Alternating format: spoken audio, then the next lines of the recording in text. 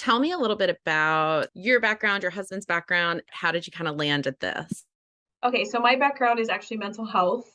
I've done an array of mental health jobs, behavioral health advocates. I've worked with acute adolescents for mental health. I was a probation officer for the state of Nebraska for a really long time, or not a really long time, about for a while, and that was a high burnout rate. I was doing pre-sentence investigations for the court, high burnout rate. And I was also in the Army. So I was in the Army for 6 years as a behavioral health specialist. And my husband is also active duty. So he's actually retiring this July after 22 years of service. So today, actually, this month, we're in July. Oh my gosh. So that's kind of our background. He's been in since he was 17 years old. So we kind of got to this point in our life that I was tired of working for other people and kind of focusing on other people's dreams and things like that, and working my butt off for other people's dreams. And I really wasn't feeling fulfilled in the jobs that I was doing. I mean, I was feeling fulfilled for helping others, but I felt like I wasn't fulfilling my overall purpose, I guess. So I walked away from my corporate job. I was the director of marketing for a large franchise. And so I just one day was like, okay, I'm done. And there was no plan set in place. And a mutual friend of Charista, they go to the same church. She reached out, she's like one of my best friends. Her name is Jordan Grady. And she said, hey, I have somebody that you should definitely connect with. And that was Charista. And she said, well, let's pull your background and let's do this and let's see what you're interested in. And I think she actually pulled 10 or 12 different businesses that we could possibly be a part of. And then one day she called and said, hey, what are your thoughts on like garage sales? And I was like, well, they're fun. And she's like, well, what about like upscale garage sales? Like, what are your thoughts on that? And I was like, well, that's an interesting concept. And so she pulled she pulled Blue Moon and amongst other things. And we kind of went thoroughly through everything during like the discovery process. And it was just the only one that really stuck out to me, to where both my husband and I, where we could help be part of our community and help others transition through really stressful times. Because that's my background, and I'm still using my degree, and have fun while doing it. It's essentially glorified treasure hunting. It's fun. We get to help families, and it's been fun. So I had just written down like behavioral health and was going to ask, how do you kind of see that transitioning into this role that you're doing in the franchise, or like the past experience, both for you and your husband, kind of in transitioning into that? It's really unique. Every single house is different. Every single family is different, and the dynamic is different. We deal with very stressful times sometimes. Like for instance, somebody either is officially moving on to assisted living, and that's a stressful time because the family member is still alive and they want to hold on to a lot of things and a lot of memories, but it's time that they're not safe in the home. They fall down or whatever. And it's also like these families that have just lost somebody really important to them, and they're overwhelmed by the amount of items that are in the house. So you have to be very understanding, empathetic, be able to deal with high conflict resolution, things like that. So I know Charista gave you 10 to 12. So Blue Moon was not one of those initial like 10 to 12 that she sent over. This was just kind of one that she followed up with. No, that was one of our initial ones, but she was like, okay, she was like pulling as like the process was occurring. She did what was it, like a business analysis of like what type of business owners that we would be.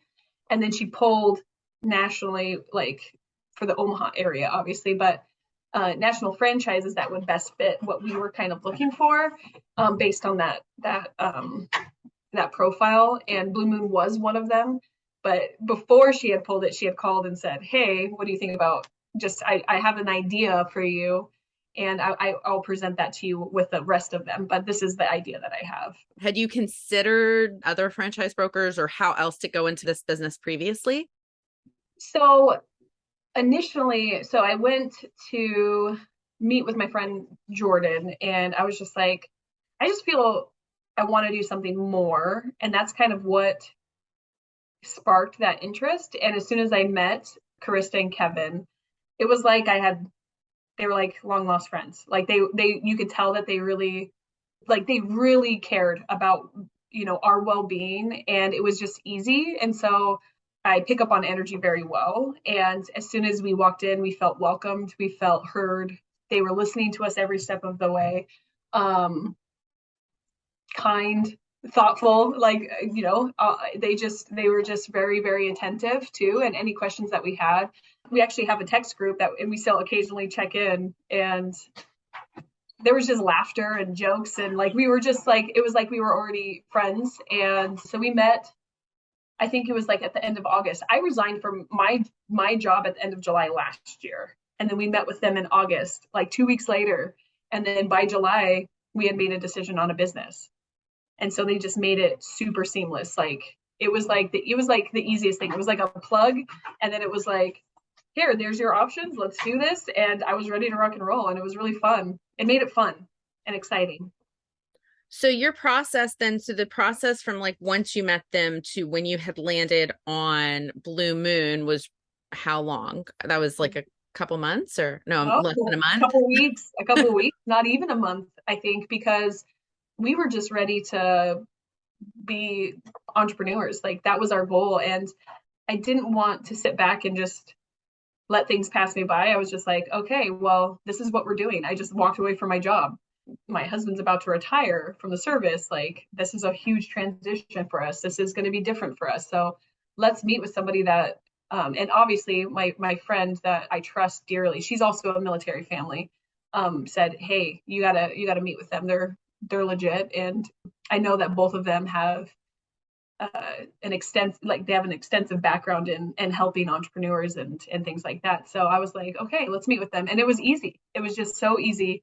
And we trusted them, and we're just so grateful because we're only a year into this thing, and we've already expanded to 2 other states, so that's pretty cool. Yeah, so you have a total of 3 locations at this point then? Correct.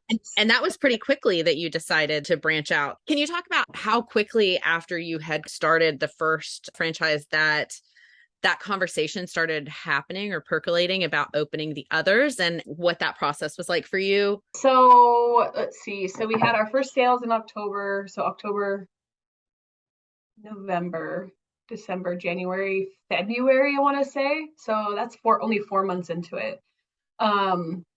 Actually, our corporate office approached us because we were doing so well, and the way that we were rolling out our business and how fast we got business. And I went out into the community and was just marketing and things like that.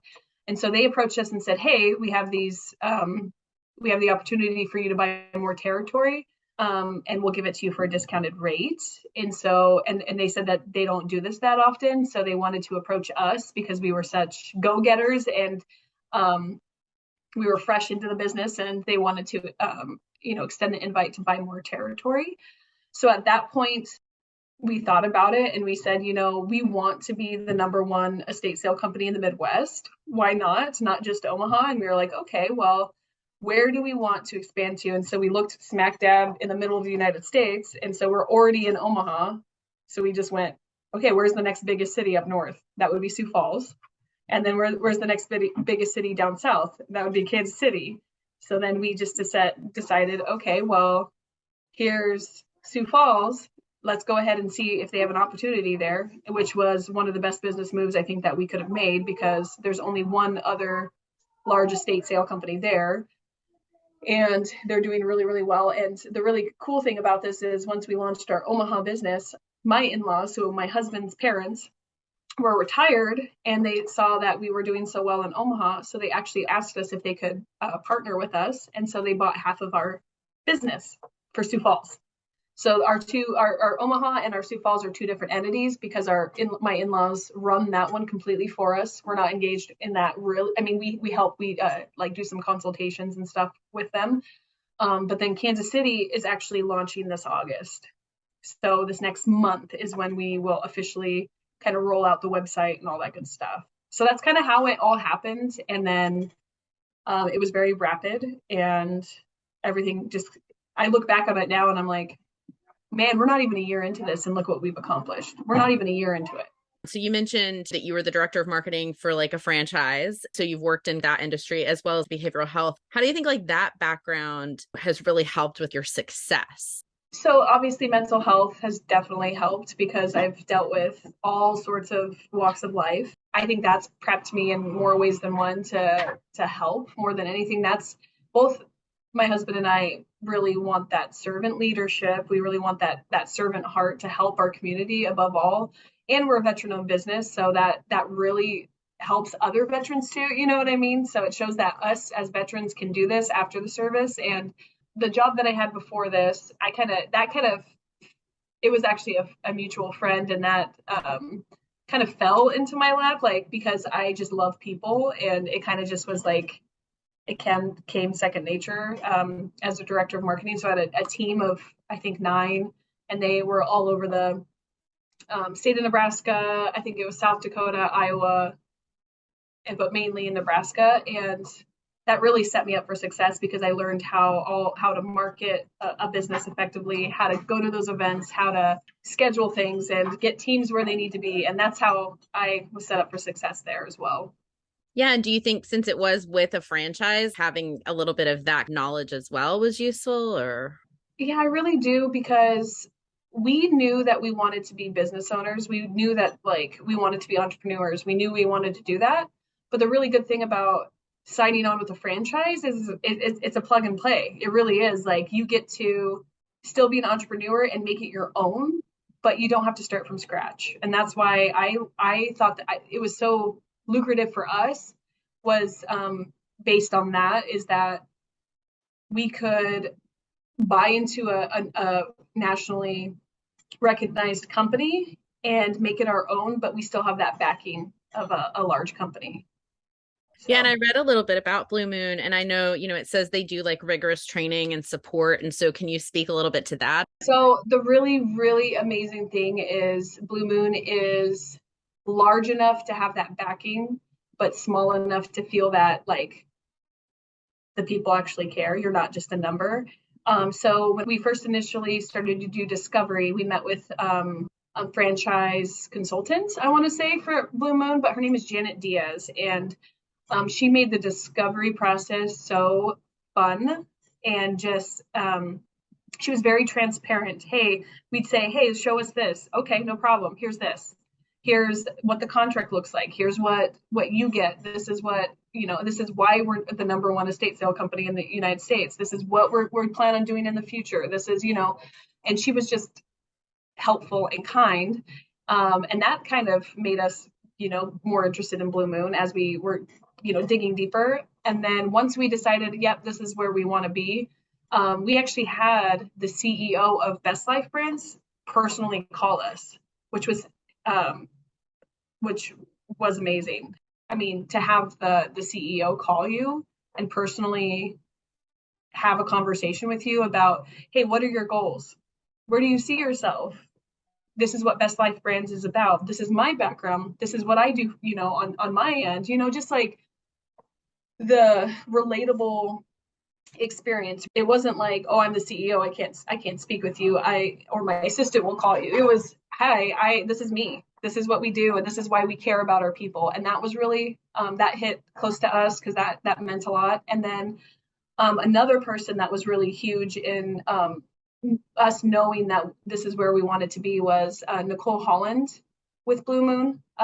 She is the head trainer for Blue Moon, and she made it fun. She made training fun. She made it interesting, and she's totally rolled out this training program for Blue Moon, and that really solidified like we were in the right spot. The training is extensive, and they break it down, and they say, hey, this is what works, this is what doesn't work, and then any questions that you have. They kind of release you into the wild and they're right there with you. Just by working with Kristen, with Kristen, Kevin, it was like we had our own personal, not advocate, I guess advocate might be the right word, but our own personal like business guide. That's pretty much what it was. It was a guide to say and to protect us too. So when we were meeting and having discovery, the really cool thing was we were fully transparent with obviously all the people that we had contacted, but Krista was on the phone and she took these insane, I'm not even joking, like these insane notes, like word for word notes. Like she was like what do you call that? A stenographer? Is that what that is in the court? And she took these like crazy notes. So we did not miss a beat. So like we could actually, she said, I'm going to take your notes so you can be engaged fully with the conversation that you're having. So then we can look back on these notes. And then if there's any further questions, then you can know like, hey, this is what this person said. This is what this person said. Now you can verify it again by asking the questions and dive deeper. But they were both, Kevin and Krista are just relatable, phenomenal human beings. And they literally want what's best. They wanted what was best for us because they're like, hey, you guys are veterans. Hey, you guys have a family. Hey, Kerry just walked away from her job. Let's get you guys up and running.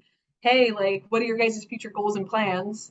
Let us do everything we can to support that. And that was really, again, it solidified we are in the right place at the right time with the right people. They're going to take care of us. Is there anything that surprised you about running your own business now? And or can you speak to some of the biggest challenges maybe that you've encountered at all?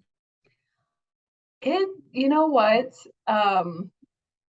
During the like, it's so funny because estate sales are such a unique niche, but it is a niche that everybody needs. They just don't know that they need it.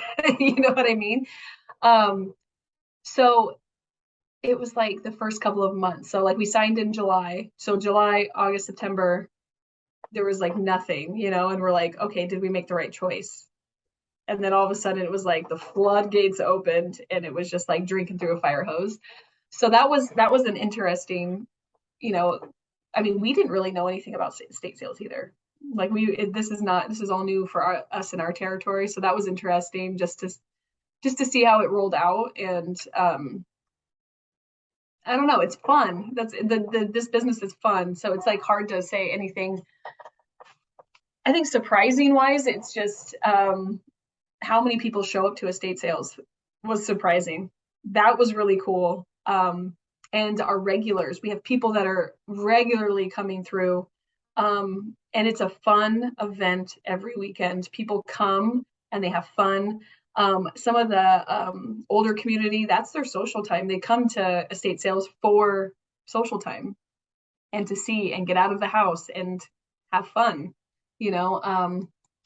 But the business side of things, I think the biggest thing is that I think the most difficult thing is to manage schedules of like employees. I think that's the biggest thing, because obviously, as you know, labor is like the biggest cost for any business, and so that was kind of you have to figure out that balance. I think that's pretty much that. So I wanted to kind of ask how involved you are in like the day-to-day operations of your Omaha location, and then what that looks like now that you've branched out into the 2 other locations. Yeah, so our goal ultimately is to be the owners. You know what I mean? Like have that role as to where we're not involved in as much as the day to day. We're more of the background and the marketing side of things, because that's kind of like that is the I guess the what is that? The format that Blue Moon rolls out is that the owners should be mainly the marketers and the consultations, and then you roll it down and you let your staff, like we just hired our first full-time employee and what are we, 8 months into it. So that's our first full-time employee and she's phenomenal. But so from day one, the thing that we had to do myself is I had to go out in the community like every day to because I was the face of our company, and to tell people estate sales are not just for people that are dying. Like that's essentially, and that's what a lot of people correlate estate sales with. So I was like, hey, estate sales are for young people too. They're for people that don't want to take all their stuff and move it. If you want to sell all your stuff and move to your next place, or if you want to downsize, or, they're for divorced people. They are for families that are transitioning a loved one out of the home. They're for people that have a massive house and don't want to have a massive house anymore and they want to move to an apartment. They are for anything, any type of transition. And so that's what I had to do, is educate our area and teach them the Blue Moon way and how we do things differently. And our goal was to be a relatable company, not a high, I don't know how to explain it. Like, we want people to walk through our door and feel like we are your friend. That's what we want. We want people to come to our sales and be like, wow, I really like the people that are there, because they're friendly, they're outgoing, they're not hoity-toity, I guess, which sometimes people think of estate sales as $1 million mansions, and that's not always the case. It sounds like your business is doing great. You Mhm. guys have been financially lucrative, meeting your income goals. Well, the first year is always difficult, and the first year is always, we're not in the red. We're definitely in the green, but it's not going to be as profitable as we want until probably this next year. Now that we know how it's rolling out and how to do these properly and how to efficiently do these consultations with the right, we got to be picky with the homes that we decide to choose, because, for instance, there's some homes that take a lot more effort, like a lot of unboxing, or clean hoarding situations where you have to go in and go through everything with a fine-tooth comb.